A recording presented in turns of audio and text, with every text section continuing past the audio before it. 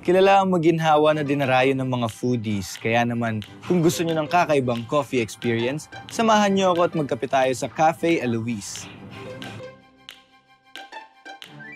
Hello, good morning. Good morning. Isang order na everything.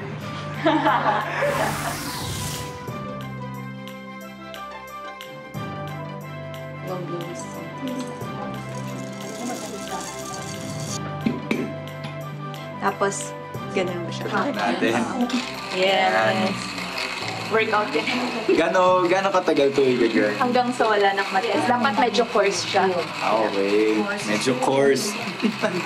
So, kapag mas luma yung roast date, dapat mas mainit yung tubig na ginagamit for brewing.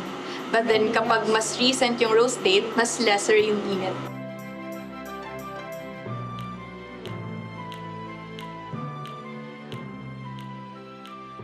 Sa mga naghahanap ng caffeine kick, itry nyo na rin tong pour over nila.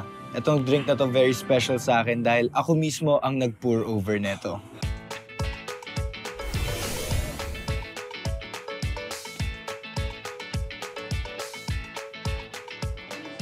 Yan ang kape. Ayun ang kape.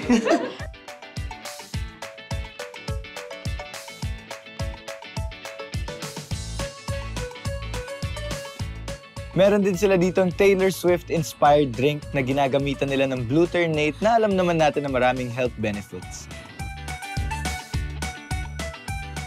Since medyo cold drinks talaga kami, mas trinay namin na haluan siya ng something para mas okay siya for cold drinks. So, kaya nagkaroon ng mixture with citrus notes na yun nga, sa lemon tapos sa sparkling water. Wait, glutamate, pero bakit purple?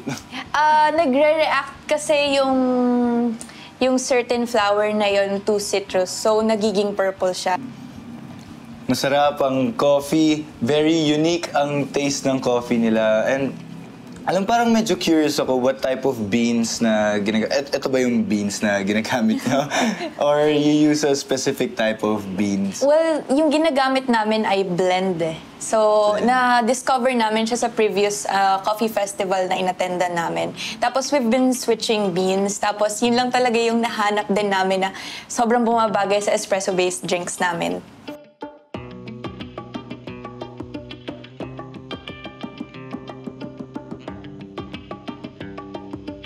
Mga ka-food explorer, by the way, in-order ko nga pala ang kanilang sea salt, right? Yes, sea salt nila. Ito ang best-seller nila. And parang kahit ako, convinced ako, parang alam ko na kung bakit ito yung best-seller nila. Kasi, syempre, I'm a coffee guy eh.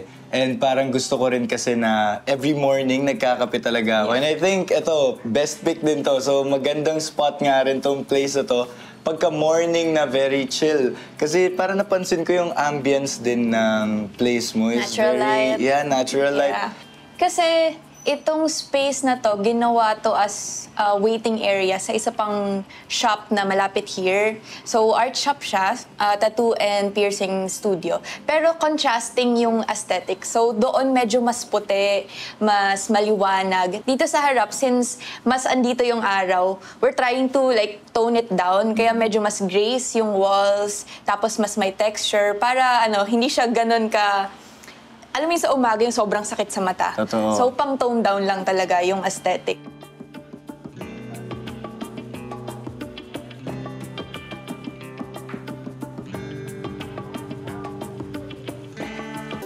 Food Explorers, kung mapadaan man kayo dito sa Anonas Extension, samahan niyo ako at mag-food trip tayo dito sa The Porch.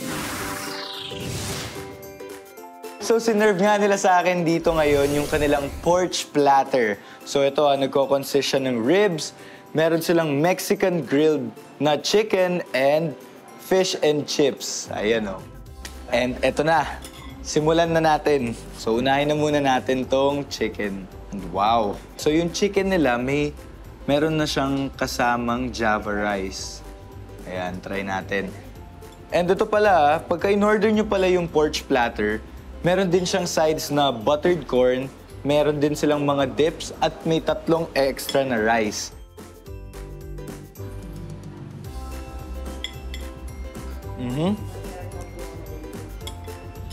Isa sa mga napansin ko sa chicken nila is sobrang juicy niya na pagka unang kagat mo, alam mong malalasahan mo na Mexican grilled chicken talaga siya dahil authentic din yung lasa niya. Next naman natin i-try itong fish and chips. Kakamuyin ko na, ha?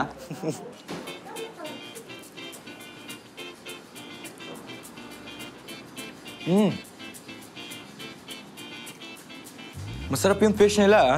So yung dip na ginawa nila dito, sobrang nagko-complement nga sa lasa ng fish nila and bagay na bagay dahil dyan, iisa pa tayo. Favorite part ko ang kanilang ribs. Wow, ang lambot ng meat niya, ha? Ang dali lang niyang hiwain. Sarap na ito. And alam niyo, mga ka-food explorers, yung isa pang bagay na bagay dyan is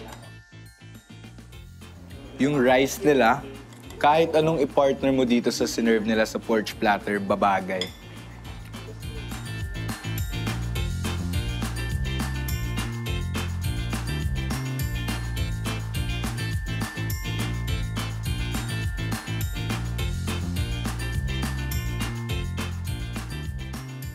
Alright, so ang ating next dish ay tinatawag nilang Mighty Ton. Tignan nyo naman kung gaano kalaki yung burger nila. Ito, 12-inch burger to and grabe. Alright, so ang ating next dish ay tinatawag nilang Mighty Ton. Tignan nyo naman kung gaano kalaki yung burger nila. Ito, 12-inch burger to and grabe. Ang bigat ng burger, para siyang pizza eh. Papakita ko yung bun kung gaano kalaki, ha? Ayan, no? Parang pagka ginano, matatabunan na yung mukha ko. You know, with cheese, with bacon, with mushrooms, with onion, and punong-puno ng meat. So, yung pag-cut natin dito is parang pizza. Ayan, no?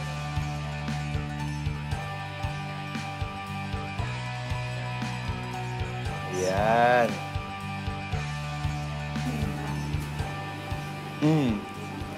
Oh, tignan nyo naman, di ba? Sobrang juicy ng meat niya, oh.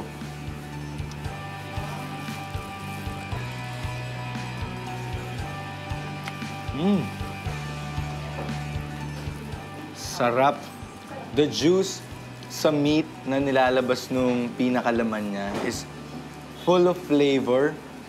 Tapos lasang-lasa mo lahat, yung bacon, yung tomatoes niya, yung mga ibang ingredients, lasap na lasap mo, lasang-lasa mo talaga siya.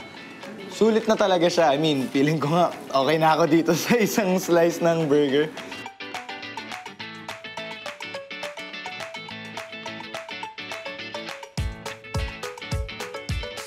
So, syempre, kung meron kang ganitong kalaking burger, dapat meron ka rin ganito kalaki na shake. Tignan nyo naman yung size ng shake nila dito. Pagka in-order nyo yung shake, ganyan talaga siya sinaserve.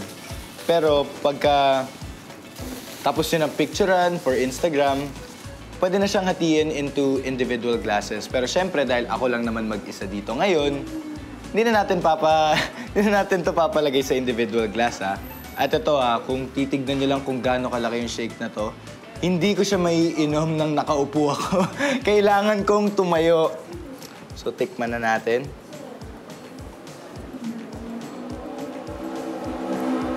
Chocolate shake, ang tamis, masarap. Ka-date na lang yung kulang ko.